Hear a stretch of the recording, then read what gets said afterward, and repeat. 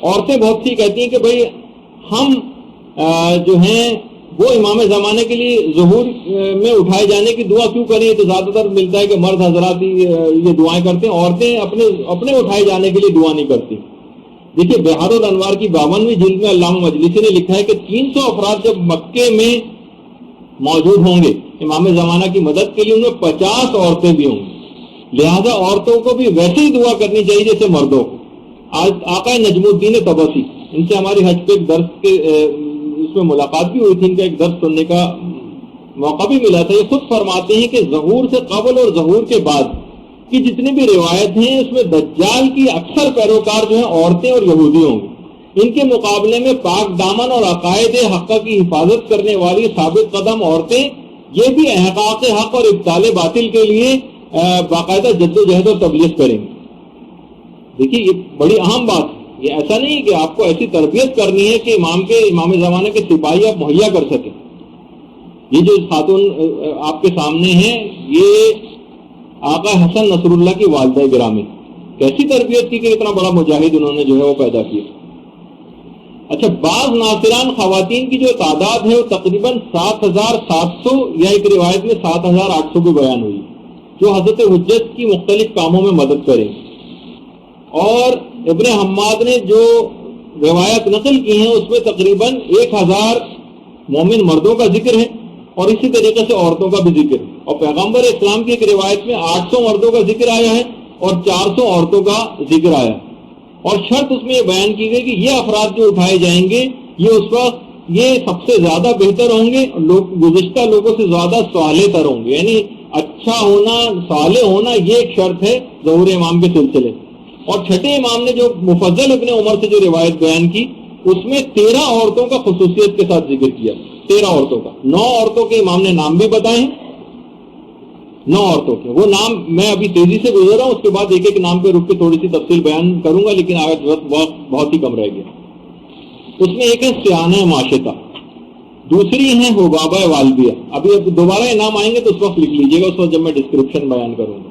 ایک ہے ام خالد جہنیہ، سمیہ، ام ایمن، یہ اٹھائی جائیں گے سب ظہور امام کے وقت، پھر میں ان کی خصوصیات بتاؤں گا، یہ خصوصیات انشاءاللہ آپ پیدا کریں گی تو آپ بھی اٹھائی جائیں گے۔ قنوہ رشید حجری کی بیٹی، زبیدہ خاتون، ام خالد احمسیہ، ام سعید حنفیہ، ام خالد جہنیہ، نصیبہ، اور یہ سب کے سب نام خصائص فاطمیہ نامی کتاب ہے اس کے اندر بھی ذکر ہے۔ البتہ منتخب بصائر الدرجات جو کی کتاب ہے اس کے اندر 2 عورتوں کے نام اور آئے ہیں، وطیرہ اور احبشیہ۔ نماز وطیرہ جو نافلہ بھی ایک نماز ہے، تو وطیرہ اور احبشیہ۔ اچھا، اب اس میں سیانہ معاشطہ، حضرت حسقیل علیہ السلام کی بیوی تھی، فرعون کی بیٹی کی آرائش گر اور بیوٹیشن تھی۔ حضرت حسقیل جو تھے وہ حضرت موسیٰ کے تو موسیٰ پہ ایمان رکھتے تھے، اور فرعون کے چچا زاد بھائی تھے، ان کی بیوی تھی۔ اچھا، رسول خدا جس وقت سفر معراج پہ جا رہے تھے اور مکے اور مسجد اقصیٰ کے درمیان سیر ہو رہی تھی تو درمیان میں اچانک سے پیغمبر اسلام کو زبردست خوشبو آئی جو پیغمبر نے اس سے پہلے نہیں سنی تھی۔ کہا جبریل یہ کیسے خوشبو ہے؟ کہا یہ حضرت حسقیل علیہ السلام کی بیوی جو موسیٰ ابن عمران پر ایمان رکھتی تھی اور اپنے ایمان کو چھپائے ہوئے تھی، ان کی خوشبو ہے۔ یہ آرائش گھر تھی۔ جبریل نے کہا یہ جب کنگی کر رہی تھی فرعون کی بیٹی کے سر میں، اس وقت ان کے ہاتھ سے کنگھی چھوٹ کے گر پڑی، تو اچانک ان کے منہ سے نکلا بسم اللہ۔ تو فرعون کی بیٹی چونک گئی، کہا کہ تو نے کیا میرے باپ کی تعریف کی؟ اس نے کہا نہیں، میں نے اس کی تعریف کی جس نے تیرے باپ کو بنایا اور تیرے باپ کو بھی وہی نابود کرے گا۔ اب تو وہ فوراً بھاگی فرعون کے پاس آئی، کہا کہ اس نے یہ تو موسیٰ کے خدا کے اوپر ایمان رکھتی ہے۔ فوراً فرعون نے بلایا، کہا کہ یا تو میری خدائی کا اعتراف کرو۔ اس نے کہا نہیں، میں اعتراف تو نہیں کروں گی، میرا خدا وہی ہے جو خدا وحدہ لا شریک ہے۔ کہا کہ تندور روشن کیا جائے، تندور کی آگ کو روشن کیا گیا اور اس کے ایک ایک بیٹے کو پکڑ کر آگ کے اندر ڈالا گیا۔ سیانہ معاشطہ کہتے ہیں بیوٹیشن کو، نام سیانہ تھا اس کا۔ بچے جب آگ میں جاتے رہے، یہاں تک کہ جو سب سے چھوٹا اور شیرخوار بچہ تھا وہاں سے کتنا اٹیچ ہوتا، اس کو جب چھین کر پھینکنے لگے تو اس وقت سیانہ معاشطہ ذرا کمزور پڑ گئی، ہلکی پھلکی سی کمزوری اس میں آئی۔ اور وہ اس کے منہ سے نکلنے والا تھا کہ وہ مجبور ہو کر فرعون کی خدائی کا زبانی اظہار کرے، لیکن اذن خدا سے بچہ بول پڑا کہ اے مادر گرامی، آپ کہنے یقیناً آپ حق پر ہیں، یعنی کمزور پڑتا دیکھ کر فوراً کمک کرنا۔ بہرحال وہ بچہ بول پڑا، لیکن اس کے بعد فرعون نے دونوں کو پکڑ کر، سیانہ معاشطہ کو اور ان کے بچے کو، دونوں کو آگ میں ڈال دیا اور ان کا جسم جل کر خاکستر ہو گیا۔ اس کے بعد ان کے خاک کو زمین میں دفن کیا گیا۔ تو بہرحال قیامت تک زمین سے وہ خوشبو اٹھتی رہے گی جو سیانہ معاشطہ کی۔ یہ سیانہ معاشطہ زندہ جاوید ہو کر دنیا میں واپس آئیں گی۔ آپ نے دیکھا کہ ان کی خصوصیت کیا ہے؟ اصول دین، اصول دین کی آبیاری کے لیے، اس کے لیے سیانہ معاشطہ کی خدمات، یعنی عقائد کے لیے استقامت، یہ ان کا پیغام۔ اسی طریقے سے حبابہ والبیہ، شیخ طوسی نے ان کو امام حسن کے اصحاب میں شمار کیا، اور 8 ائمہ کی صحابیہ گزری، اور 8ویں امام نے ان کے انتقال کے بعد اپنے ذاتی لباس میں ان کو دفن کیا۔ انتقال کے وقت حبابہ والبیہ کی عمر 240 سال تھی، اور ان کو معجزے سے 2 دفعہ جوانی عطا ہوئی ہے۔ ایک دفعہ چوتھے امام نے جوانی عطا کی، اس کے بعد 8ویں امام نے کی۔ یہ پتھر ایک لے کر گئی تھی امیر المومنین کے پاس، کہا کہ اس کا میں چاہتی ہوں کہ آپ سے آپ کی امامت کی کوئی دلیل طلب کروں۔ اس وقت کوفے کے باہر جو بازار ہے، امام وہاں پر بیٹھے ہوئے تھے۔ امام نے ایک پتھر کو اٹھایا اور اس کے اوپر اپنے ہاتھ سے مہر اس کے اوپر لگائی، پتھر کے اوپر ایک نقشہ ابھرایا۔ اس کے بعد امام نے کہا میرے آنے کے بعد کوئی اور جو بھی امام برحق ہوگا وہ اسی طرح سے اس پتھر کے اوپر مہر لگائے گا۔ اس کے بعد امام حسین کے پاس آئیں، اس کے بعد امام حسن کے پاس آئیں، پھر امام حسین کے پاس آئیں، پھر امام زین العابدین کے پاس آئیں۔ امام زین العابدین کی خدمت میں جب آئیں تو اس وقت حبابہ والبیہ کی عمر 113 سال کی ہو چکی تھی، ہاتھوں میں راشا تھا۔ مولا نے دعا کی چوتھے امام نے، اور ان کی جوانی واپس آئی۔ وقت جو ہے گزرتا گیا، یہاں تک کہ 8ویں امام کا دور آ گیا۔ 8ویں امام نے بھی دعا کی، ان کی جوانی دوبارہ واپس آئی۔ 8ویں امام کے دعا کرنے کے 9 ماہ کے بعد حبابہ والبیہ کا انتقال ہو گیا۔ تو بہرحال آپ نے یہ دیکھا کہ علم کا شوق، احادیث کا بیان، باقاعدہ داڑھی کے سلسلے میں جو ایک روایت ہے وہ بھی حبابہ والبیہ سے، جس کا بھی موقع نہیں ہے کہ میں اس کو بیان کروں۔ حق کی تلاش اور حق کی جستجو، یہ جو ہے یہ خصوصیات تھیں جو کہ ہم بھی اگر پیدا کر لیں کہ حق بات کو حاصل کریں، حق بات کے علم حاصل کریں، کہاں سے ہم کو احکامات الہی صحیح طور پر مل سکتے ہیں، کہاں سے صحیح عقائد حقہ مل سکتے ہیں۔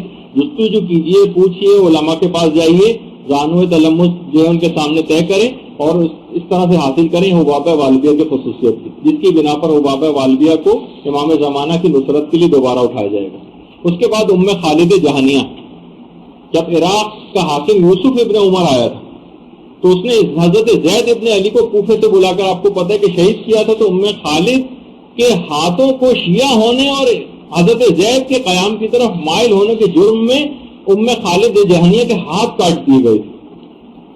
ابو بصیر کہتے ہیں میں چھٹے امام کی خدمت میں حاضر تھا کہ خالد اپنے کٹے ہوئے ہاتھوں کو لے کر وہاں پر آ گئی۔ معمولی بات، اتنی فصیح و بلیغ اور عالمہ خاتون تھی، اور جو ان کے مناظر اس بات امامت کے ایسے دلائل رکھتی تھی کہ امام صادق نے ابو بصیر سے کہا کہ اے ابو بصیر، خالد کی باتیں سننے کے تم خواہش مند ہو؟ انہوں نے کہا جی ہاں مولا، میں بہت خوش ہوں گا۔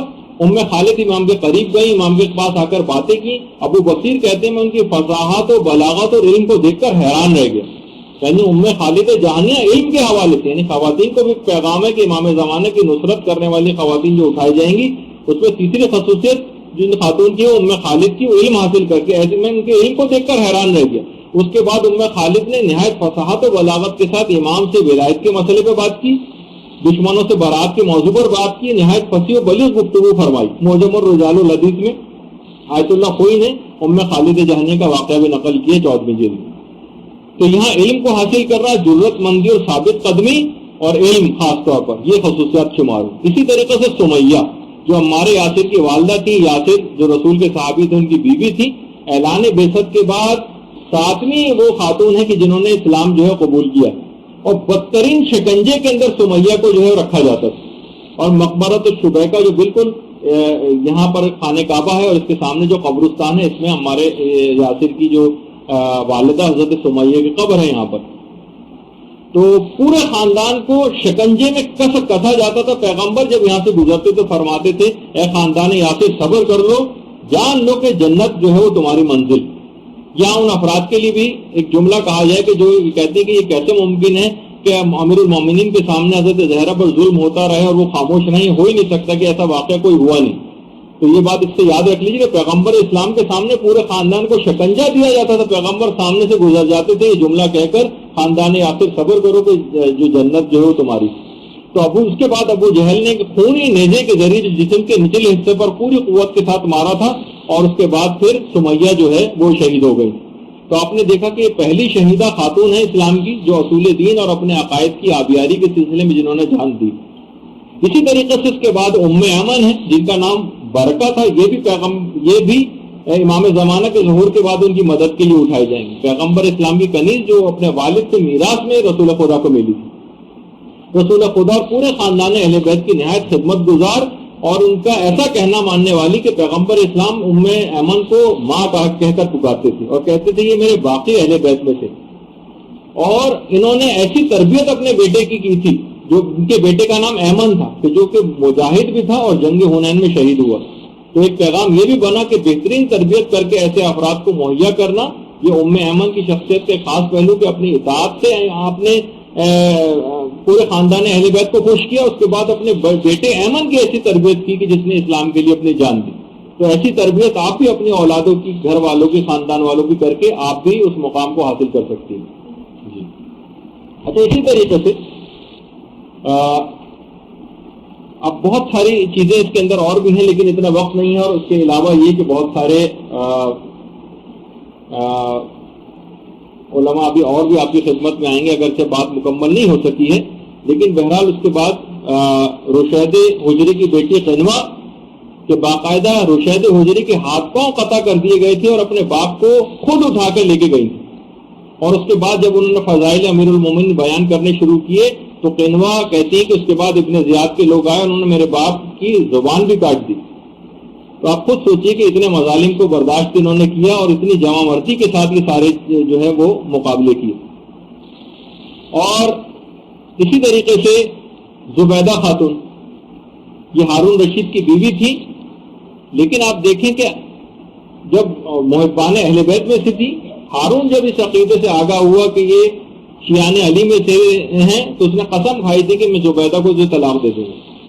لیکن اپنے اخلاقیات اور چیریٹی اور صدقات اور اخلاق حسنہ سے ایسی متصف تھی اور اسی میں معروف تھی کہ جس وقت مکے میں ایک پانی مشق کی قیمت جو ہے وہ 1 دینار سونے کی ہوا کرتی تھی اور حاجیوں کے لیے جو ہے پانی کا شدید مسئلہ تھا، تو اہل مکہ کو سیراب کیا تھا اور پہاڑوں اور دروں کو کھود کے 10 میل دور سے حرم میں نہر نکال کے لے کر آئی. 100 کنیزیں ایسی زبیدہ خاتون کے پاس تھیں جو کہ ساری کی ساری حافظہ قرآن تھیں اور ہر ایک کا وظیفہ یہ تھا کہ ایک جز قرآن کو اس طرح سے پڑھیں کہ اطراف کے گھروں میں تمام رہائشی مکانات تک اس قرآن کی تلاوت کی آواز جائے. ان کی خصوصیت کیا تھی؟ یعنی ظالم بادشاہ کی بیوی تھی لیکن دنیاوی چکا چوند اور زرق برق لباسوں اور زیورات سے متاثر نہیں ہوئی بلکہ ان دنیاوی نعمتوں کو اسلام کی راہ میں خرچ کیا اس لحاظ. اچھا، اسی طریقے سے جو ان کی کاخ میں ان کی قبر بھی ہے زبیدہ خاتون کی. اس کے بعد ام خالد احمسیہ یہ بھی امام کی نصرت کے لیے اٹھائی جائیں گی جس طرح سے زبیدہ خاتون کہ باقاعدہ ایسی بیمار تھی کہ طبیبوں نے شراب کے علاوہ کوئی حل نہیں بتایا تھا. امام کے پاس آئی تھی اور کہا کہ مولا آپ اجازت دیں تو میں شراب پیوں گی ورنہ نہیں. امام نے جب منع کر دیا تو اپنی تندرستی کی نعمت کو مسائل فقہ اور مسائل شریعہ معلوم کر کے اور اس پر سختی کے ساتھ عمل میں جان دے دی لیکن شراب کو پیا نہیں. اتنا بڑا مقام حاصل کیا. آپ نے دیکھا کہ ابھی تک عقائد کی آبیاری کے حوالے سے اور زبیدہ خاتون نے جو اخلاقیات کے حوالے سے اور ام خالد احمسیہ نے مسائل فقہ پر اور اسلامی احکامات پہ عمل کے حوالے سے اپنی جان دی ہے.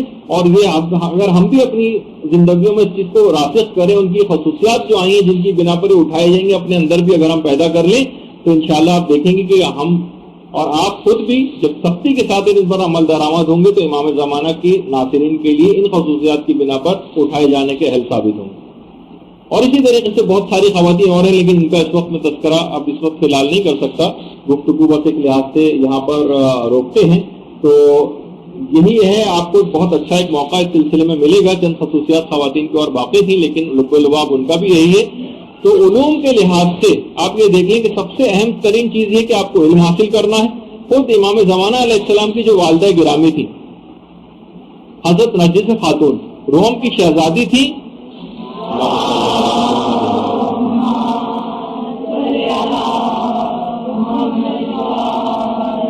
اور خواب میں حضرت مریم اور حضرت زہرا کے ہاتھوں اسلام قبول کیا تھا، سارے عالم کی ملکہ بن گئی تھی، لیکن جب سامرہ پہنچی تو امام حسن عسکری علیہ السلام کی پھوپھی حکیمہ خاتون نے ان کی تعلیم و تربیت کی. یعنی یہ کیسے ممکن ہے کہ امام زمانہ کی والدہ گرامی کو تو تعلیم و تربیت کی ضرورت ہو اور امام کی کنیزوں کو بغیر علم و عمل ہی کے بڑا مقام دے دیا جائے؟ یعنی یہ کیسے ممکن ہے کہ امتحان دیے بغیر فرسٹ آنے کی تمنا کی جائے؟ یعنی کچھ خدمت کیے بغیر ہی لشکر امام زمانہ میں حاضر ہونے کی تمنا کی جائے؟ علامہ ذیشان ندر جوادی بڑا اچھا جملہ کہتے تھے نا کہ لوگوں کی بڑی مغرب و ممالک کے لوگوں کے حوالے سے کہتے تھے جب ان کے پاس جاتے ہیں تو کہتے ہیں کہ ہائے، اور پھر جب ان کو احکامات ہم بیان کرتے ہیں تو وہ کہتے ہیں وائے، ہر چیز میں شراب حرام ہے وائے، نماز پڑھنی ہے وائے، ہر چیز میں وائے. اور اس کے بعد جب سب چیز ختم ہو جاتی ہے آخر میں کہتے ہیں بائے. یعنی ہائے وائے اور بائے. تو بس یہی ہے کہ یہاں پر آئے، کانوں میں کچھ بات پڑی، اٹھ کر چلے گئے، گھر ویسے چلے گئے، نہ عمل کرنا ہے، نہ باتوں کو آگے پھیلانا ہے، نہ معاشرے کے اندر کام کرنا ہے. یہی تقریباً چیز ہماری بھی بن کے رہ گئی. آخر میں فقط پروردگار عالم سے دعا ہے کہ ہمیں اس قابل بنا دے کہ ہم کچھ کر کے لشکر امام میں شامل ہونے کی تمنا کر سکیں، صرف باتیں ملانے والے نہ بنے، کیونکہ کامیابی تو کام سے ہوگی نہ کہ حسن کلام سے ہوگی. برحمتک یا ارحم الراحمین وصلی اللہ علی محمد وآلہ الطاہرین.